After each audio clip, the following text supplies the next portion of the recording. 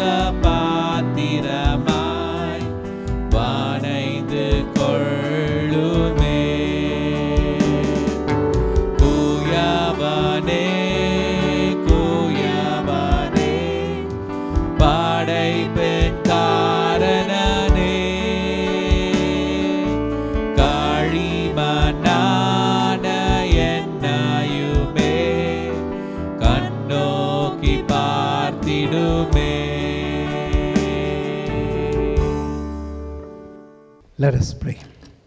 நாம் ஜெபிப்போம். Heavenly Father, we thank you and praise you for this opportunity to come again into your presence. பரமபிதாவே, மறுபடியும் உம்முடைய பிரசன்னத்திற்குள்ளாக வரும்படியாக கொடுத்த தருணத்திற்காக நன்றி சொல்கிறோம். Thank you for the hundreds of children who were with us here yesterday and today. நேற்றும் இன்றும் எங்களோடு இருந்த நூற்றுக்கணக்கான பிள்ளைகளுக்காக நன்றி. We pray that you will refresh them in the body, soul and spirit and bring them again tomorrow. அவர்களை ஆவி ஆத்மா சரீரத்திலே நீர் புதுப்பித்து நாளைக்கு மறுபடியும் கொண்டு வரும்படி ஜெபிக்கிறோம். Let us pray for abiding fruits after this retreat. இந்த ரிட்ரீட்டை தொடர்ந்து நிலைத்திருக்கும் கனிகளுக்காக ஜெபிக்கிறோம். This evening hide me behind thy cross and you reveal thyself through your word. இந்த மாலையிலே என்னை உம்முடைய சிலுவையின் பின்னால் மறைத்து உம்முடைய வார்த்தை எங்களுக்கு நீர் வெளிப்படுத்தும். I ask these blessings in your precious and holy name. இந்த ஆசீர்வாதங்களை உம்முடைய விலையேறப்பெற்ற பரிசுத்த நாமத்தில் கேட்கிறேன். Amen. ஆமென்.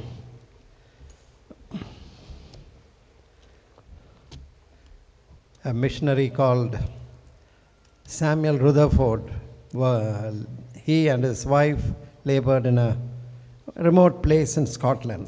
சாமுவேல் ரூதர்ஃபோர்ட் என்ற ஒரு மிஷனரி, அவரும் அவருடைய மனைவியும் ஸ்காட்லாந்து தேசத்திலே ஒரு தூர இடத்திலே ஊழியம் செய்தார்கள். One day a wayfaring man, that's a farmer like person, crossed their missionary station and he came inside.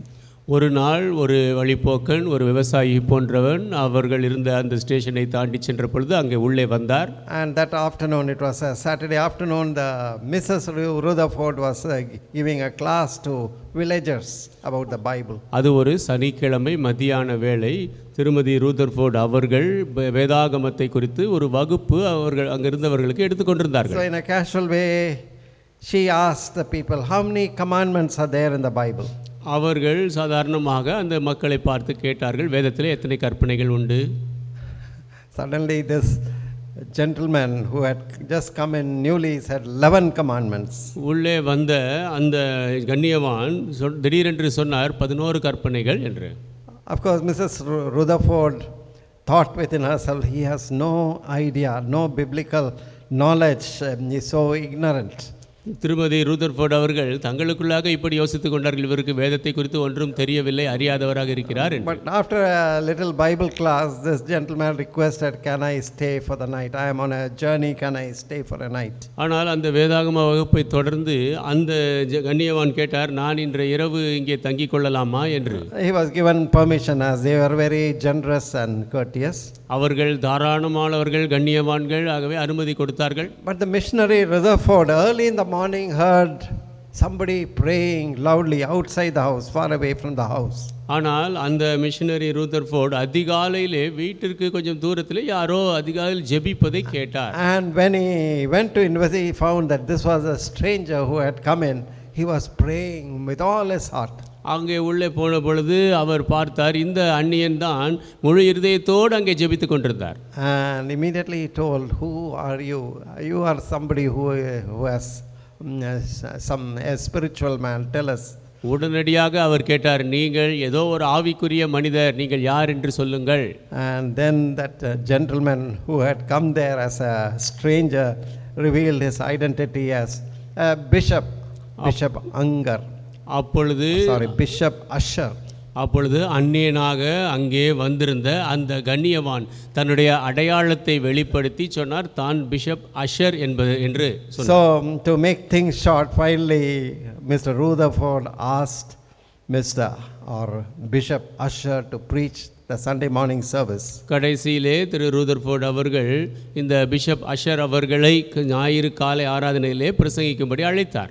And when the time of the message came, the secret which his wife did not know, finally when the person came to the pulpit and Samuel Rutherford invited, he was the same person who has come as a stranger, whom Mrs. Rutherford thought he was an ignorant man. Rutherford செய்ததை அவருடைய மனைவி அறியவில்லை. ஆனால் கடைசியிலே அந்த Rutherford அவர்கள் செய்திக்கு முன்பதாக அந்த பிரசங்கியை அறிமுகப்படுத்திய பொழுது இந்த அறியாத மனிதன்தான் என்று திருமதி ரூதர்ஃபோர்ட் அறிந்து கொண்டார்கள். And to the surprise of Mrs. Rutherford, he took his text from John's Gospel 13th chapter and 34th verse. திருமதி ரூதர்ஃபோர்ட் அவர்கள் ஆச்சரியப்படும் வகையிலே அவர் தன்னுடைய செய்தியை யோவான் 13:34 ஆரம்பித்தார். And he preached a message on the 11th commandment. அவர் 11வது கற்பனையிலிருந்து ஒரு செய்தியை பிரசங்கித்தார். So let us read this verse, 34th verse of John 13. யோவான் 13:34 நாம் வாசிப்போம். A new commandment I give unto you, that you love one another, as I have loved you, that you also love one another. நீங்கள் ஒருவரில் ஒருவர் அன்பாயிருங்கள், நான் உங்களில் அன்பாயிருந்தது போல நீங்களும் ஒருவரில் ஒருவர் அன்பாயிருங்கள் என்கிற புதிதான கட்டளையை உங்களுக்கு கொடுக்கிறேன். A new commandment I give unto you, புதிய கற்பனை நான் உங்களுக்கு தருகிறேன், that you love one another even as I have loved you. நான் உங்களில் அன்பாயிருந்தது போல நீங்களும் ஒருவரில் ஒருவர் அன்பாயிருங்கள். Now the Israelites had the 10 commandments. இஸ்ரவேலர்கள் 10 கற்பனைகளை கொண்டிருந்தார்கள். It was, you find it Exodus 20th chapter or also Deuteronomy 5th chapter. யாத்ராகமம் 20 உபாகமம் 5 இதை நீங்கள் பார்க்கலாம். But these commandments are the foundation for moral living and also modern jurisprudence. இந்த கற்பனைகள் சன்மார்க்க நிலையிலே வாழ்வதற்கு ஒரு அடிப்படையாகவும் நவீன காலத்திற்குரியதாகவும் இருக்கிறது. And Jesus, he never spoke of the 10 commandments. இயேசு ஒருபோதும் இந்த 10 கற்பனை குறித்து பேசவில்லை. But then he gave the deeper meaning of the 10 commandments. ஆனால் 10 கற்பனையின் ஆழமான அர்த்தத்தை கொடுத்தார். And he summarized the 10 commandments into 2 categories, 2 commandments. 10 கற்பனைகளை 2 விதமாக பிரித்தார். For example, in Matthew 22:37 to 40, we need not turn to it. Thou shalt love the Lord thy God with all thy heart, with all thy soul, with all thy mind, with all thy strength. உதாரணத்திற்கு மத்தேயு 22:37-30, நீ உன் தேவனாகிய கர்த்தரிடத்தில் உன் முழு இருதயத்தோடும் உன் முழு ஆத்மாவோடும் உன் முழு மனதோடும் அன்பு கூறுவாயாக. First 4 commandments are summarized in this. இதிலே 4 கற்பனைகள், முதல் 4 கற்பனைகள் சுருக்கமாக சொல்லப்பட்டிருக்கு. And the second is like, what is that third? The first and the, this is the first and the greatest command. Second is like unto it, thou shalt love thy neighbor and as thyself. On these 2 commandments hang all the law and the prophets. இது முதலாம் பிரதான கற்பனை. இதற்கு ஒப்பாய் இருக்கிற இரண்டாம் கற்பனை என்னவென்றால், உன்னிடத்தில் நீ அன்பு கூறுவது போல பிறரிடத்திலும் அன்பு கூறுவாயாக என்பதே.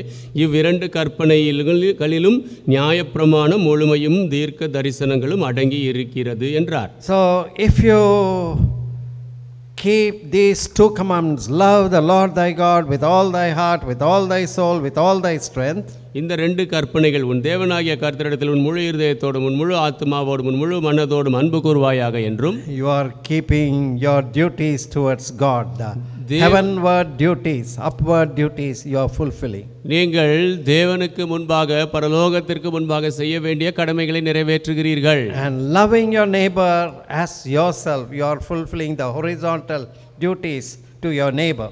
உங்களைப் போல உங்கள் அயலாரை நீங்கள் நேசிக்கும் பொழுது உங்கள் அயலாருக்கு நீங்கள் செய்ய வேண்டிய கடமைகளை செய்கிறீர்கள். So Jesus, before he went to the cross, he gave a special instruction, the 11th commandment, a new commandment I give unto you, that you love one another. இயேசு சிலுவைக்கு போவதற்கு முன்பாக இந்த புதிய கற்பனையை, 11வது கற்பனையை அவர்களுக்கு கொடுத்தார்.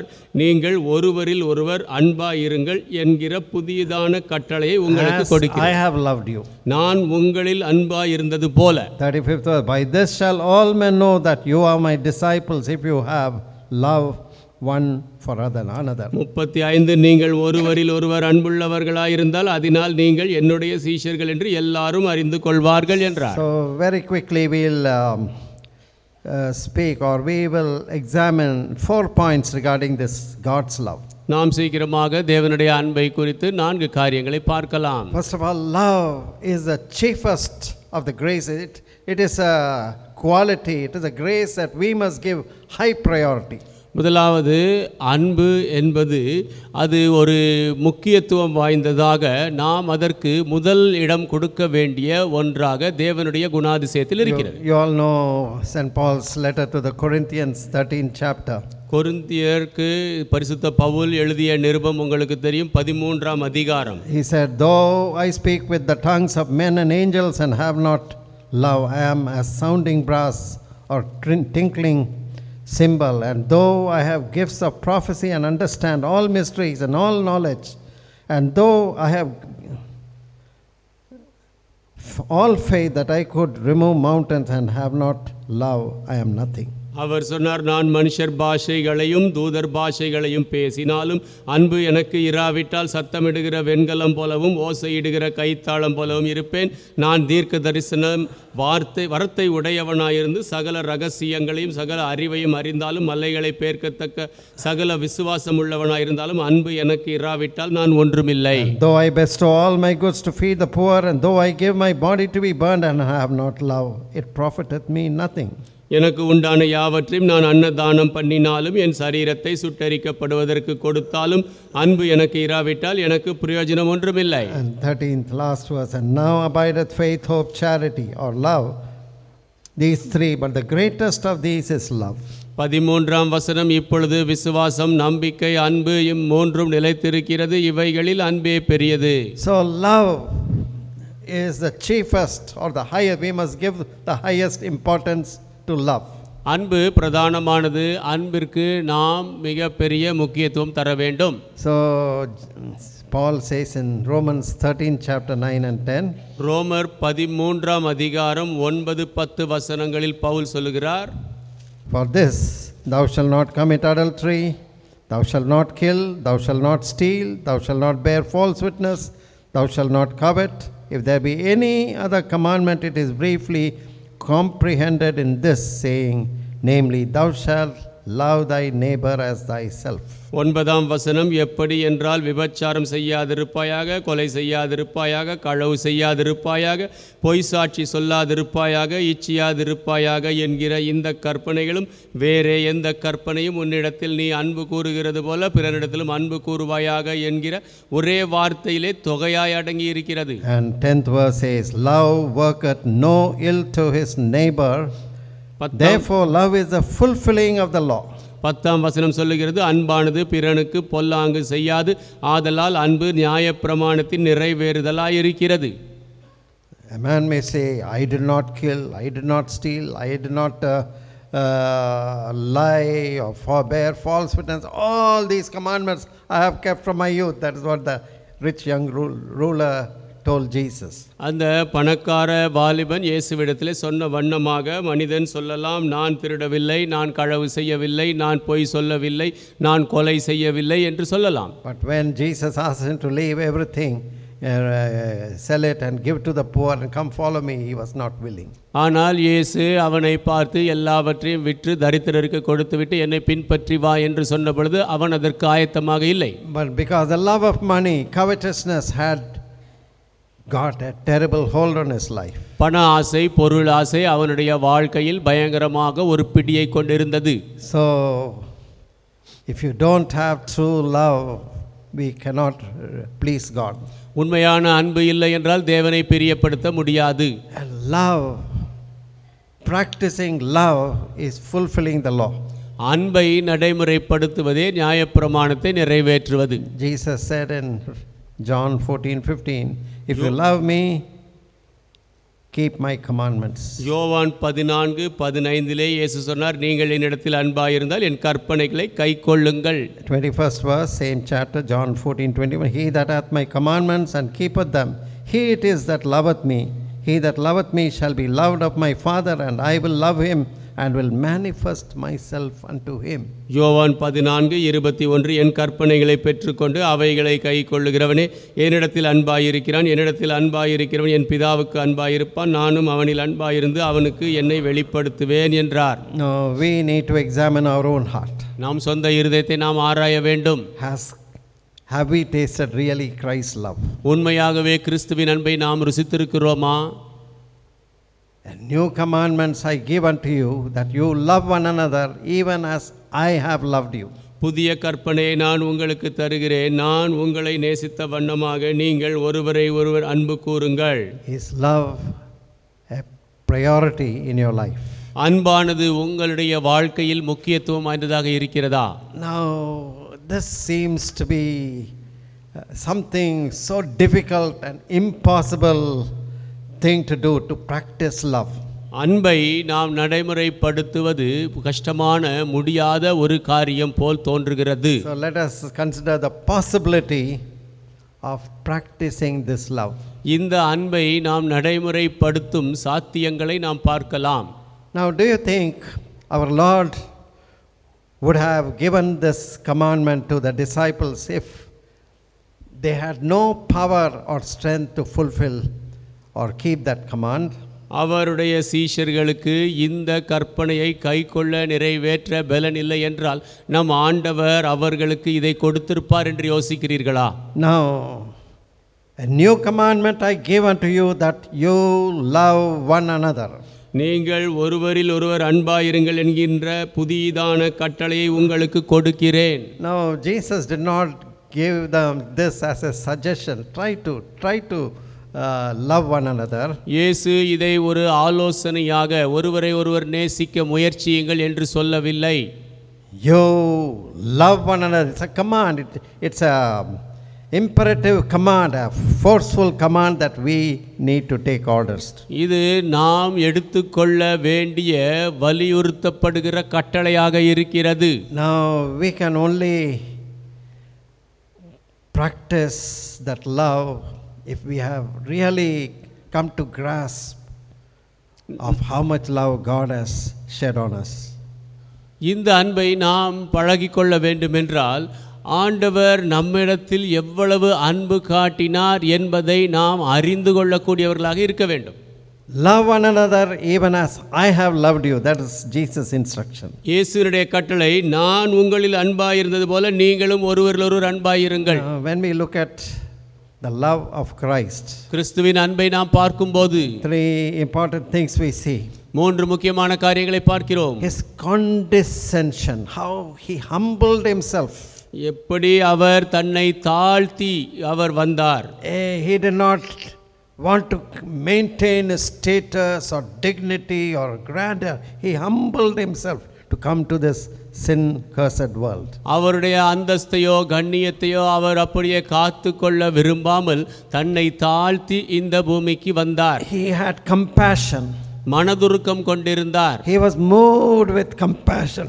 அவர் when he saw the needs of the people. மக்களுடைய தேவைகளை பார்த்த பொழுது அவர் மனதுருகினார். Finally he went to the cross. அவர் சிலுவைக்கு போனார். If you read first epistle of John, 3rd chapter, 6th verse. யோவான் 1 யோவான் 3ஆம் அதிகாரம் 6ஆம் வசனத்தை நீங்கள் வாசித்தால், Whosoever abideth in him sinneth not, whosoever sinneth hath not seen him, neither known him. Whosoever is born of God doth not commit sin, for his seed remaineth in him, and he cannot sin, because he is born of God. அவரில் நிலைத்திருக்கிற எவனும் பாவம் செய்கிறதில்லை, பாவம் செய்கிற எவனும் அவரை காணவும் இல்லை, அவரை அறியவும் இல்லை. நீங்கள் 3:6 தேவனால் பிறந்த எவனும் பாவம் செய்யான், ஏனெனில் அவருடைய வித்து அவனுக்குள் தரித்திருக்கிறது, அவன் தேவனால் பிறந்தபடியினால் பாவம் செய்ய மாட்டான். And 9th verse also. 9ஆம் வசனம்.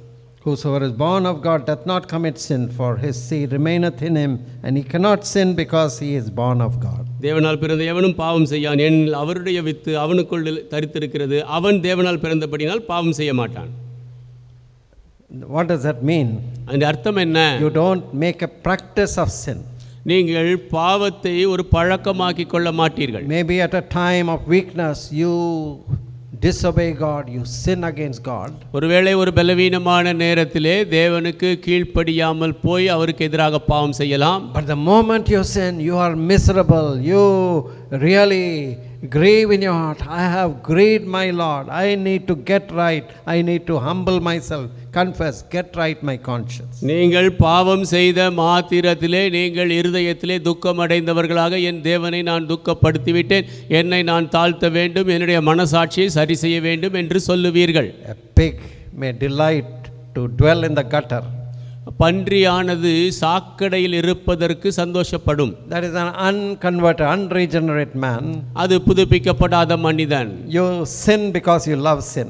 நீங்கள் பாவத்தை நேசிப்பதினாலே பாவம் செய்கிறீர்கள். But a lamb or a sheep, when it falls into the gutter, it wants to rub away all the dirt from its body. ஆனால் ஒரு ஆடோ ஆட்டுக்குட்டியோ அந்த சாக்கடையிலே விழுந்ததென்றால் அந்த சரீரத்தில் இருக்கக்கூடிய எல்லா அழுக்கையும் நீக்கிவிட விரும்பும். And you cannot be happy in sin. பாவத்திலே நீங்கள் சந்தோஷமாக இருக்க முடியாது. So God puts within us, every born again child of God, God has put within us a spirit that makes us to hate sin, hate things that are hateful to God. ஒவ்வொரு மறுபடியும் பிறந்த தேவனுடைய பிள்ளைக்குள்ளாக பாவத்தை வெறுக்கக்கூடிய அந்த ஒரு உணர்வை தேவன் வைக்கிறார். If you tell an unconverted man, you must pray 1 hour, read the Bible 1 hour, and you go on giving religious instruction, he will not be able to do it. ரட்சிக்கப்படாத மனிதனை பார்த்து 1 மணி நேரம் நீ ஜெபிக்க வேண்டும், வேதம் வாசிக்க வேண்டும், இப்படி பக்திக்குரிய கட்டளைகளை கொடுத்தால் அவன் செய்ய மாட்டான். Or maybe he may try, he may discipline himself with great effort, but it is very hard work for him. ஒருவேளை அவன் முயற்சிக்கலாம், அதிக முயற்சி செய்து அதை பழக்க பார்க்கலாம், ஆனால் அது கடினமான வேலை அவனுக்கு. But on the other hand, மாறாக when you are born of the Spirit, ஆவியிலே நீங்கள் பிறந்திருந்தால், Jesus begins to love in you, live in you, இயேசு உங்களிலே ஜீவிக்க ஆரம்பித்திருந்தால், and you want to please your master and Lord, உங்கள் ஆண்டவரும் எஜமானுமானவரை நீங்கள் பிரியப்படுத்த the word விரும்புகிறீர்கள். of God becomes your delight. தேவனுடைய வார்த்தை உங்களுக்கு மகிழ்ச்சியாகும். It is your food, it is your nourishment. அது உங்கள் ஆகாரமாக போஷாக்காக Rather இருக்கும். than the entertainments, the media, the internet and so many other distractions. இந்த பொழுதுபோக்குகள், ஊடகங்கள், இன்னும் பலவிதமாக உங்களை திசை திருப்பும் காரியங்களுக்கு பதிலாக You don't neglect your spiritual duties. உங்கள் ஆவிக்குரிய கடமைகளை நீங்கள் புறக்கணிக்க மாட்டீர்கள். You won't be negligent of the house of God. தேவனுடைய வீட்டை குறித்து அறியாதவர்களாக இருக்க மாட்டீர்கள். And your responsibilities in the kingdom of God. தேவனுடைய ராஜ்யத்தில் உங்கள் பொறுப்புகளையும் It அறிவீர்கள். comes automatically because you are saved. You need to please your master. நீங்கள் ரட்சிக்கப்பட்டிருக்கிறீர்கள், உங்கள் எஜமானை பிரியப்படுத்த வேண்டும். ஆகவே இவைகள் தானாக வரும். We have tasted God's love. தேவ அன்பை நாம் ருசித்திருக்கிறோம். Romans 5th chapter, ரோமர் 5ஆம் அதிகாரம் 5th verse. 5ஆம் வசனம். And hope maketh not ashamed, because the love of God is shed abroad in our hearts by the Holy Ghost which is given unto us. நமக்கு அருளப்பட்ட பரிசுத்த ஆவியினாலே தேவ அன்பு நம்முடைய இருதயங்களில் ஊற்றப்பட்டிருக்கிறபடியால் அந்த நம்பிக்கை நம்மை வெட்கப்படுத்தாது. So this love is not self-generated, இந்த அன்பு சுயமாக உருவாக்கப்பட்டது அல்ல. but the Holy Spirit works in you and brings out these fruits. பரிசுத்த ஆவியானவர் உங்களுக்குள் கிரியை செய்து இந்த கனிகளை கொண்டு வருகிறார். Galatians 5:22 says, but the fruit of the Spirit is love, joy, peace, long-suffering, gentleness, goodness, meekness, faith, temperance, and so on. கலாத்தியர் 5:22 சொல்கிறது, ஆவியின் கனியோ அன்பு, சந்தோஷம், சமாதானம், நீடிய பொறுமை, தயவு, நற்குணம், விசுவாசம், சாந்தம், இச்சையடக்கம். Today all these were discussed in the children's retreat, how we need to grow. The Holy Spirit needs to work and bring out these fruits in our lives. இன்றைக்கு இவைகள் எல்லாம் சிறுவர் முகாமிலே விவாதிக்கப்பட்டது. எப்படி பரிசுத்த ஆவியானவர் இவைகளிலே நாம் வளரும்படியாக நம் ஜீவியத்திலே காரியங்களை செய்வார் என்று. First of the fruit, it is singular, not fruits of the Holy Spirit, fruit of the Holy Spirit is love. It's all part of one fruit. இது ஆவியின் கனிகள் அல்ல, ஆவியின் கனி என்று ஒருமையிலே சொல்லப்பட்டிருக்கிறது. அதிலே முதலாவது அன்பு. And first is love. அன்பு முதலாவது. So it is not self-generated, but as you allow the Holy Spirit and God to work in you, this love comes automatically. இது சுயமாக உருவாவது அல்ல. நீங்கள் பரிசுத்த ஆவியானவர் உங்களுக்குள் கிரியை செய்யும்படியாக அனுமதிக்கும் பொழுது இது தானாக வரும். So it is not possible for us by our own strength and effort, but through the power of the Holy Spirit. நம்முடைய சொந்த பலத்தினால் முயற்சினால் இது சாத்தியம் இல்லை. பரிசுத்த ஆவியின் மூலமாக இது நடைபெறும். What happens when you are able to practice and show this love in your life? இந்த அன்பை உங்களுடைய ஜீவியத்திலே நீங்கள் பழகிக்கொண்டு அதை வெளிக்காட்டும் பொழுது என்ன நேரிடும்? Let us see what power there is in this kind of love. இப்படிப்பட்ட அன்பிலே எப்பேற்பட்ட வல்லமை இருக்கிறது என்று பார்க்கலாம். The early church did not have much money or resources, ஆதி சபையிலே அதிக பணமோ அதிக பொருளோ இல்லை. but they were people who were filled with the Holy Spirit of God. ஆனால் அவர்களோ தேவனுடைய பரிசுத்த ஆவியினால் நிரம்பி இருந்த ஜனம். The Holy Spirit gave them courage as well oneness of heart. பரிசுத்த ஆவியானவர் அவர்களுக்கு தைரியத்தை கொடுத்தார், இருதயத்தில் ஒருமனப்பாட்டை கொடுத்தார். Let's see what happened in Acts of Apostles. அப்போஸ்தலர் நடபடிகளில் என்ன நடந்தது என்று பார்க்கலாம். 4th chapter 31 to 33. 4ஆம் அதிகாரம் 31 33 வசனங்கள். And when they had prayed, the place was shaken where they were assembled, and they were all filled with the Holy Ghost, and they spake the word of God with boldness. And the multitude of them that believed were of one heart and one soul. Neither said any of them that aught of the things which he possessed was his own, but they had all things common, and with great power gave the apostles witness of the resurrection of the Lord Jesus, and great grace was upon them all. Neither was there any among them that lacked, for as many as were possessors of lands or houses sold them and brought the prices of the things that were sold. அவர்கள் ஜெபம் பண்ணின போது அவர்கள் கூடியிருந்த இடம் அசைந்தது. அவர்கள் எல்லாரும் பரிசுத்த ஆவியினால் நிரப்பப்பட்டு தேவ வசனத்தை தைரியமாய் சொன்னார்கள். விசுவாசிகளாகிய திரளான கூட்டத்தார் ஒரே இருதயமும் ஒரே மனமும் உள்ளவர்களாய் இருந்தார்கள். ஒருவனாகிலும் தனக்குள்ளவைகளில் ஒன்றையும் தன்னுடையதென்று சொல்லவில்லை. சகலமும் அவர்களுக்கு பொதுவாய் இருந்தது. கர்த்தராகிய இயேசுவின் உயிர்த்தெழுதலை குறித்து அப்போஸ்தலர்கள் மிகுந்த பலமாய் சாட்சி கொடுத்தார்கள். அவர்கள் எல்லார் மேலும் பூரண கிருபை உண்டாயிருந்தது. நிலங்களையும் வீடுகளையும் உடையவர்கள் அவைகளை விற்று விற்கப்பட்டவைகளின் கிரயத்தை கொண்டு வந்து அப்போஸ்தலருடைய பாதத்திலே வைத்தார்கள். அவனவனுக்கு தேவையானதற்கு தக்கதாய் பகிர்ந்து கொடுக்கப்பட்டது. அவர்களில் ஒருவனுக்கும் ஒன்றும் குறைவாயிருந்ததில்லை. They were all of one heart and one spirit. அவர்கள் ஒரே ஆவியில் ஒரே மனதில் இருந்தார்கள். And this spirit anointing not only gave them boldness, இந்த ஆவியின் அபிஷேகம் அவர்களுக்கு தைரியத்தை மாத்திரம் கொடுக்கவில்லை. they were able to witness and they were able to praise God, worship God. They all were one. அவர்கள் சாட்சி கொடுக்க முடிந்தது, தேவனை துதிக்க முடிந்தது. அவர்கள் ஒருவராக இருந்தார்கள். In other words, their hearts beat were synchronized. They were beating same things. What affected one affected everybody. இன்னொரு விதத்தில் சொன்னால் அவர்களுடைய இருதய துடிப்பு ஒரே நிலையில் இருந்தது. ஒன்று ஒருவரை பாதித்தால் அது எல்லாரையும் பாதிக்கக்கூடியதாக இருந்தது. So they were continually praising God. அவர்கள் தொடர்ந்து தேவனை துதித்துக் கொண்டிருந்தார்கள். Acts of Apostles 2nd chapter 41. அப்போஸ்தலர் நடபடிகள் 2ஆம் அதிகாரம் 41ஆம் வசனம். Then they that gladly received his word were baptized, and the same day were added unto them about 3,000 souls. And 47th verse, praising God and having favor with all people. And the Lord added to the church daily such as should be saved. 47ஆம் வசனம், தேவனை துதித்து ஜனங்கள் எல்லாரிடத்திலும் தயவு பெற்று இருந்தார்கள். ரட்சிக்கப்படுகிறவர்களை கர்த்தர் அனுதினமும் சபையிலே சேர்த்து கொண்டு வந்தார். Now when we can experience this kind of anointing of the Spirit of God, we can be sure that God will do great things. நாம் இப்படிப்பட்ட ஆவியின் அபிஷேக அனுபவத்தை பெறும் பொழுது நிச்சயமாக தேவன் பெரிய காரியங்களை செய்வார் என்று நான் அறிவேன். Boldness to witness, சாட்சி கொடுப்பதற்குரிய தைரியம், souls to come into God's kingdom. ஆத்துமாக்கள் தேவனுடைய ராஜ்யத்திற்குள்ளாக வரும்படியாக. There was a preacher called Peter Cartwright. Peter Cartwright என்று ஒரு பிரசங்கி இருந்தார். Once in his church service, he was told that the President Andrew Jackson is coming to his service, morning service. ஒரு முறை அவருடைய காலை ஆராதனையின் பொழுது பிரசிடென்ட் ஆண்ட்ரூ ஜாக்சன் வருகிறார் என்று சொல்லப்பட்டது. So some of the elders came and told him, be careful what you preach.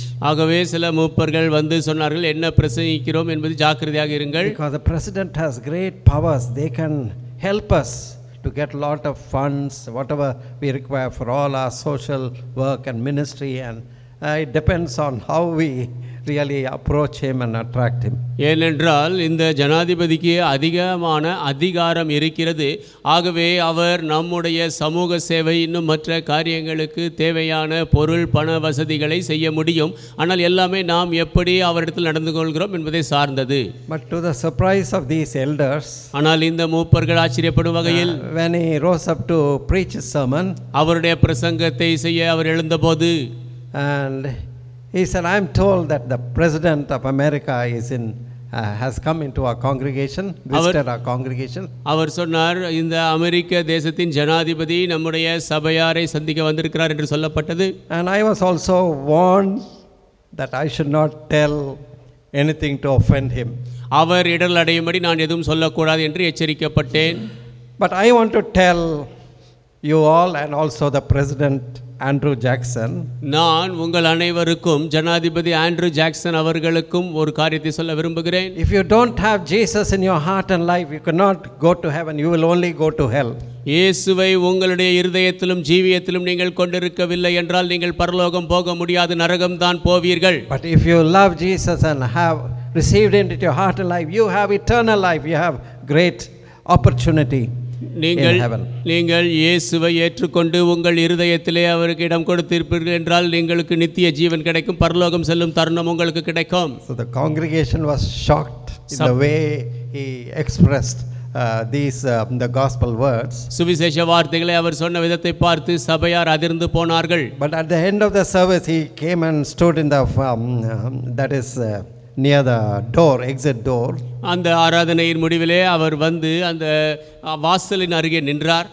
And he shook hands with the president. ஜனாதிபதியோடு guy குலுக்கினார். And the president looked at him in the face and said, ஜனாதிபதி அவரை முகத்திற்கு நேராக பார்த்து சொன்னார், Reverend, if I had a regiment of people like you, with courage like you, reverend, உம்மை போன்ற தைரியசாலிகள் ஆகிய ஒரு இராணுவ சேனையை நான் கொண்டிருந்தால் I would have easily conquered the whole world. நான் முழு உலகத்தையும் சுலபமாக ஜெயித்திருப்பேன். So the president was not at all offended, and he appreciated the courage of that preacher, pastor. ஜனாதிபதி இடரல் அடையவில்லை. அந்த பிரசங்கியை போதகருடைய தைரியத்தை அவர் பாராட்டினார். Now when we have this love in our midst, நம் மத்தியிலே இந்த அன்பு இருக்கும்போது people will watch that there is a difference.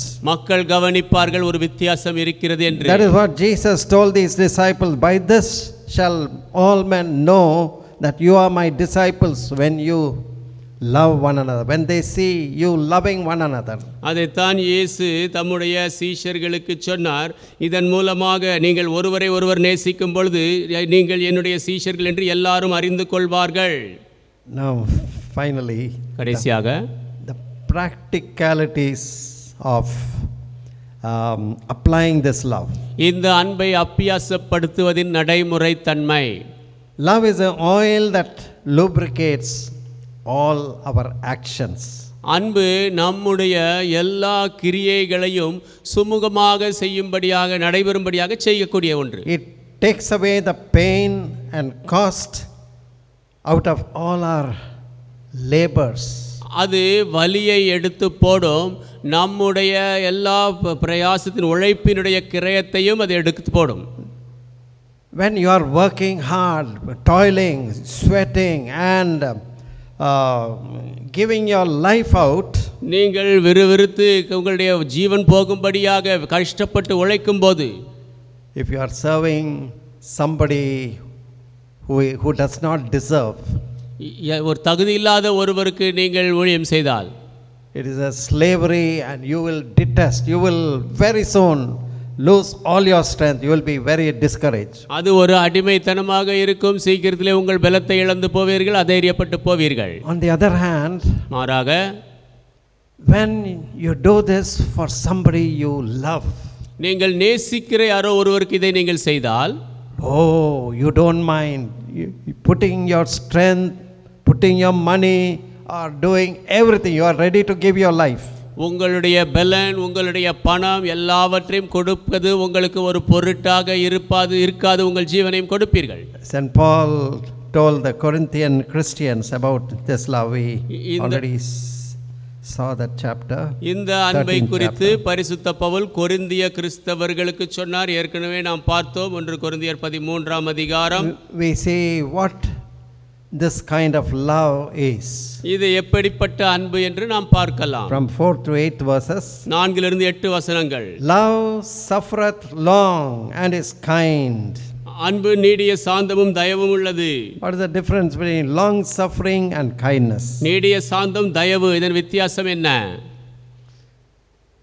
Suffering is something, long suffering is something you passively endure when something evil happens to you. நீடிய சாந்தம் என்று சொல்லும் பொழுது உங்களுக்கு பொல்லாப்பு நேரிட்டாலும் நீங்கள் அதை அப்படியே சகித்துக் கொள்ளுவது. Somebody does evil to you, you passively endure. யாராவது உங்களுக்கு பொல்லாப்பு செய்தால் நீங்கள் எதிர்க்காமல் அப்படியே சகித்துக் கொள்வது. But kindness is just the opposite. You not only react you react with kindness. You want to do something good for that person who has harmed you or insulted you.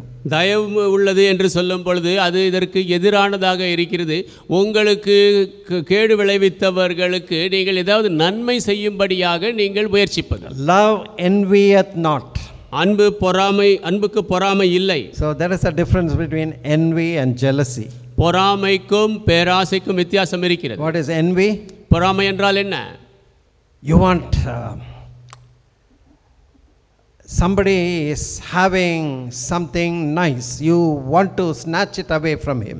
யாராவது ஏதாவது நல்ல பொருளை வைத்திருந்தால் அதை அவரிடத்திலிருந்து பிடுங்கிக் கொள்ள விரும்புவது. You don't like him to enjoy what he has. You want to snatch it from him or see that he doesn't enjoy. அவர் கொண்டிருப்பதை நீங்கள் காண விரும்பவில்லை, அவர் அதை அனுபவிக்க கூடாது என்று பார்த்து அதை பிடுங்க முயற்சிப்பது. On the other hand, jealousy, if you see somebody having nice, maybe nice mobile, nice bike or nice car or something. மாறாக பேராசை என்று சொல்லும் பொழுது யாராவது நல்ல மொபைலையோ நல்ல காரையோ எதையோ ஒரு நல்ல பொருளை வைத்திருந்தால், oh, you are not happy until you get something better, same or better than what he has. Better mobile, better car, better bike, better house. அவர்கள் கொண்டிருப்பதை போல பெற வேண்டும், இல்லை என்றால் அதை விட சிறந்ததாக சிறந்த வீடு, சிறந்த கார், சிறந்த மொபைல் எதையாவது பெற வேண்டும். அது வரைக்கும் நீங்கள் சந்தோஷப்பட மாட்டீர்கள். Very often these words are spoken in marriage services. அநேக நேரங்களிலே இந்த வார்த்தைகள் திருமண ஆராதனையிலே பேசப்படும். Because conflicts come often in the home when two people live together. ரெண்டு பேர் ஒன்றாக ஜீவிக்கும் பொழுது குடும்பத்திற்குள்ளாக இந்த முரண்பாடுகள் அடிக்கடி வரும். So we need to practice all the practicalities that where the rubber meets the road. That's a saying, where you deal with one another in practical daily life. நீங்கள் அனுதின நடைமுறை வாழ்க்கையிலே சந்திக்க கூடிய இந்த உராய்வுகளை குறித்து சொல்லக்கூடியது. Love wanteth not itself, is not puffed up, is not அன்பு தன்னை புகழாது, இருமாப்பாயிராது. all these things, they are in the heart. இதெல்லாம் இருதயத்தில் இருக்கிறது.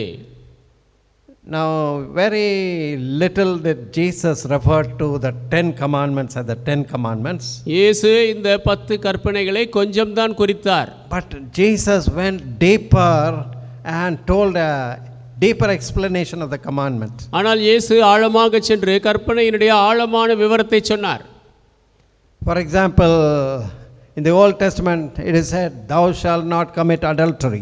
உதாரணத்திற்கு பழைய ஏற்பாட்டிலே சொல்லப்பட்டது, விபச்சாரம் செய்யாதிருப்பாயாக. But Jesus gave a deeper explanation. He did not remove that command. He said, if you look at another woman with lust, you have already committed adultery. இயேசு இதற்கு ஒரு ஆழமான உதாரணத்தை சொன்னார், ஒரு விளக்கத்தை சொன்னார். இதை அவர் நீக்கிவிடவில்லை.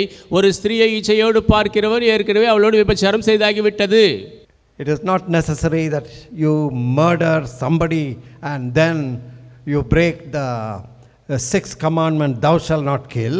நீங்கள் யாரையாவது கொலை செய்துதான் கொலை செய்யாதிருப்பாயாக என்ற 6ஆம் கற்பனையை முறிக்க வேண்டும் என்ற அவசியம் இல்லை. But if you hate a brother, ஆனால் உங்கள் சகோதரனை if பகைத்தால், you despise a brother and you talk ill of somebody, you are a murderer in your heart. சகோதரனை அசட்டை பண்ணி யாரை குறித்து தவறாக பேசினால் இருதயத்திலே கொலைபாதகன். So Jesus did not remove any of the commandments. இயேசு எந்த கற்பனையும் நீக்கவில்லை.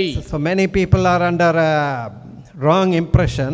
அநேக மக்கள் தவறான அபிப்பிராயம் கொண்டிருக்கிறார்கள். After the New Testament came, after Jesus came, he has removed all the old commandments and he has established this golden rule: do to others what you want them to do to you. புதிய ஏற்பாடும் இயேசுவும் வந்த பிற்பாடு பழைய ஏற்பாட்டின் கற்பனைகளை எல்லாம் நீக்கிவிட்டு இந்த பொன்னான விதிகளை, உன்னுடைய அயலானை உன்னை போல் நேசி என்ற காரியத்தை அவர் கொண்டு வந்தார் என்று யோசிக்கிறார்கள். Now even in that commandment, if you truly observe this, you cannot break any of the commandment in the Old Testament. இந்த புதிய கற்பனையை கூட நீங்கள் உண்மையாகவே ஆராய்ந்து பார்த்தால், அதை பழகினால், பழைய ஏற்பாட்டு கற்பனை எதையும் உங்களால் முறிக்க முடியாது. If you truly love God, you will worship the only true and living God. உண்மையாகவே தேவனை நேசித்தால் ஒரே மெய்யான ஜீவனுள்ள தேவனை ஆராதிப்பீர்கள். You won't make any other gods out of your own hands. உங்கள் கரங்களிலே வேறு தெய்வங்களை உருவாக்க மாட்டீர்கள். You won't take the name of the Lord God in vain or without respect. தேவனுடைய நாமத்தை வீணாக வழங்க மாட்டீர்கள், மரியாதை இல்லாமல் நடத்த மாட்டீர்கள். You will observe God's holy day. தேவனுடைய அந்த ஓய்வு நாளை ஆசரிப்பீர்கள். You will respect your parents. பெற்றோரை கனம் பண்ணுவீர்கள். You will not kill. கொலை செய்ய மாட்டீர்கள். Steal. திருட மாட்டீர்கள். Commit adultery. விபச்சாரம் செய்ய மாட்டீர்கள். Or bear false witness. பொய் சாட்சி சொல்ல மாட்டீர்கள். Or commit adultery or covet somebody else's house or wife. பிறருடைய வீட்டையோ மனைவியை இச்சிக்க மாட்டீர்கள். When you practice true love, you are keeping the 10 commandments. உண்மையான அன்பை நீங்கள் பழகும் பொழுது 10 கற்பனைகளை கைக்கொள்வீர்கள். But then Jesus impressed upon these disciples about the 11th commandment. New commandment I give unto you. ஆனால் இயேசு சீஷர்களுக்கு இந்த புதிய கற்பனைகளை வலியுறுத்தி சொன்னார். 11வது கற்பனை, புதிய கற்பனை நான் உங்களுக்கு தருகிறேன். That you love one another. நீங்கள் ஒருவரில் ஒருவர் அன்பாயிருங்கள். Even as I loved you. நான் உங்களில் அன்பாயிருந்தது போல. I don't have time to take you to Romans, but read Romans 8 chapter, I think from 32 onwards or so, or 28 onwards. It will be so much of God's love. ரோமர் 8ஆம் அதிகாரம் 28ஆம் வசனத்திலிருந்து நீங்கள் வீட்டில் போய் படித்து பாருங்கள். அதிலே அதிகமாக தேவ அன்பு இருக்கிறது. நாம் ஜெபிப்போம். Heavenly Father, we thank you and praise you for the much time that we have been spending with the children in the presence of God. பரமபிதாவே, பிள்ளைகளோடு தேவ பிரசன்னத்திலே நாங்கள் அதிக நேரம் செலவழித்து கொண்டிருப்பதற்காக நன்றி சொல்லி துதிக்கிறேன். Thank you for the abundance of the word of God you have been giving to these children. இந்த பிள்ளைகளுக்கு நீர் கொடுக்கிற அதிகமான தேவனுடைய வார்த்தைகளுக்காக நன்றி. Lord, we want to be established in your love. ஆண்டவரே, உம்முடைய அன்பிலே நாங்கள் நிலைநிறுத்தப்பட வேண்டும். Help us to prioritize love. அன்பை நாங்கள் முக்கியத்துவப்படுத்த உதவி Let செய்யும். us not say it is impossible. முடியாது என்று நாங்கள் சொல்ல வேண்டாம். Yes, it is impossible by your own strength. எங்கள் பலத்திலே இது முடியாத காரியம். But when your Holy Spirit works and we cooperate with you, it is possible. பரிசுத்த ஆவியானவர் கிரியை செய்யும்போது நாங்கள் உம்மோடு ஒத்துழைக்கும் பொழுது இது சாத்தியமாகும். Lord, help us to cooperate with you. ஆண்டவரே, உம்மோடு ஒத்துழைக்க எங்களுக்கு உதவி You செய்யும். want to work in us so that great power will flow out through each of us and through our church. எங்கள் ஒவ்வொருவர் மூலமாக, எங்கள் சபையின் மூலமாக பெரிய வல்லமை வெளிவரத்தக்கதாக நீர் எங்களுக்குள்ளாக கிரியை செய்ய விரும்புகிறீர். We want to be a church full of revival. உயிர் மீட்சியின் சபையாக நாங்கள் இருக்க வேண்டும். How St. Paul told in the Romans 8 chapter, ரோமர் 8ஆம் அதிகாரத்தில் பரிசுத்த பவுல் எப்படியாக சொல்லுகிறார்? 35 verse onwards. 35ஆம் வசனத்திலிருந்து, Who shall separate us from the love of Christ? கிறிஸ்துவின் அன்பை விட்டு நம்மை பிரிப்பவன் Shall யார்? tribulation or distress or persecution or famine or nakedness or peril or sword? உபத்திரவமோ, நிந்தையோ, நிர்வாணமோ, பட்டயமோ, பசியோ? Nay, in all these things we are more than conquerors through him that loved us. இவை எல்லாவற்றிலும் எங்களை நேசிக்கிற அவர் மூலமாக நாங்கள் ஜெயங்கொள்கிறவர்களாக இருக்கிறோம். And how Paul was persuaded, I am persuaded that neither death nor life nor angels nor principalities nor powers nor things present nor things to come nor height nor depth nor any other creature shall be able to separate us from the love of God which is in Christ Jesus our Lord. மரணமானாலும் ஜீவனானாலும் தேவதூதர்களானாலும் அதிகாரங்களானாலும் வல்லமைகளானாலும் நிகழ்காரியங்களானாலும் வருங்காரியங்களானாலும் உயர்வானாலும் தாழ்வானாலும் வேறு எந்த சிருஷ்டியானாலும் நம்முடைய கர்த்தராகிய கிறிஸ்து இயேசுவில் உள்ள தேவனுடைய அன்பை விட்டு நம்மை பிரிக்க மாட்டாது என்று நிச்சயித்திருக்கிறேன் என்று சொல்கிறார். We thank you for this everlasting love. இந்த நித்திய அன்பிற்காக நன்றி. Teach us how to practice this love in our life and within our church. எங்கள் ஜீவியத்திலும் எங்கள் சபைக்குள்ளாக இந்த அன்பை எப்படி நாங்கள் பழகிக்கொள்ள வேண்டும் என்று கற்றுத்தார். A new commandment I give unto you, that you love one another. நீங்கள் ஒருவரை ஒருவர் நேசியுங்கள் என்ற புதிய கற்பனை நான் உங்களுக்கு தருகிறேன். Even as I loved you. நான் உங்களிடத்தில் அன்பு கூர்ந்த வண்ணமாக. By this shall all men know that you are my disciples, because you love one another. நீங்கள் ஒருவரை ஒருவர் நேசிப்பதினாலே இதன் மூலமாக நீங்கள் என் சீஷர்கள் என்று அனைவரும் அறிவார்கள். Help us to keep this new commandment, Lord. ஆண்டவரே, இந்த புதிய கற்பனை கைக்கொள்ள உதவி We செய்யும். want to be a blessing. நாங்கள் ஆசீர்வாதமாக இருக்க I வேண்டும். ask these blessings in your precious and holy name. இந்த ஆசீர்வாதங்களை உடைய விலையேறப்பெற்ற பரிசுத்த நாமத்தில் கேட்கிறேன். Amen. ஆமென். கடைசியாக யாவரும் எழுதிருந்து 16ஆம் பக்கத்தில் 33வது பாடலை பாடலாம். நித்திய அன்பால் எந்தனை நேசித்தாரு பாவியை, love to the everlasting love.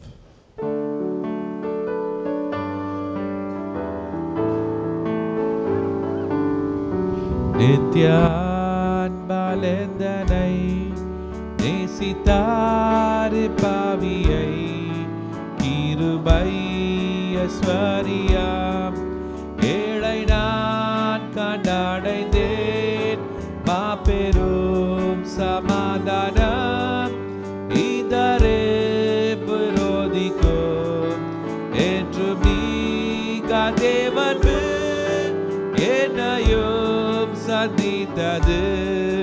நானே நேசரின் சொந்தம், அவர் என்னுடையவர். கிறிஸ்துவை காதவர் கண்டிராத அழகு, வானபூமியாவிலும் மறைந்திருக்கிறது. பட்சிகளின் பாடல்கள் பூக்களின் துயழகு, என்னுள்ளத்தை துதியாள் வழிந்தோட செய்யுது.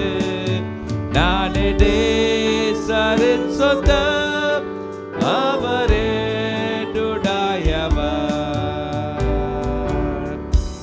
அன்பின் மார்பில் சாய்ந்தோனாய் ஒற்றுக்கும் நான் அஞ்சினேன். நித்திய காரங்களினால் அனைத்தேனை தாக்குவார். கவலை சந்தேகங்கள் சுய பாவம் வெறுப்பேன், என்றுமே இங்கு தாக்குவேன். அவர் சத்தத்தை கேட்பேன். நானே நேசரின் சொந்தம், அவர் என்னுடையவர். என்றும் அவர் சொந்தம் நான், அவர் அன்பில் இருந்து எந்த வல்லமையாலும் பிரிக்கவே கூடாது. வானபூமி ஒழிந்தும் யாவும் நீங்கி போயிடும், தேவ அன்பு நீங்காது. என் இதயம் மாறாது. நானே நேசரின் சொந்தம், அவர் என்னுடையவர். Now may the grace of the Lord Jesus Christ, love of the Father, fellowship and communion of the Holy Spirit may rest and abide with all of us, both now and forevermore. Amen.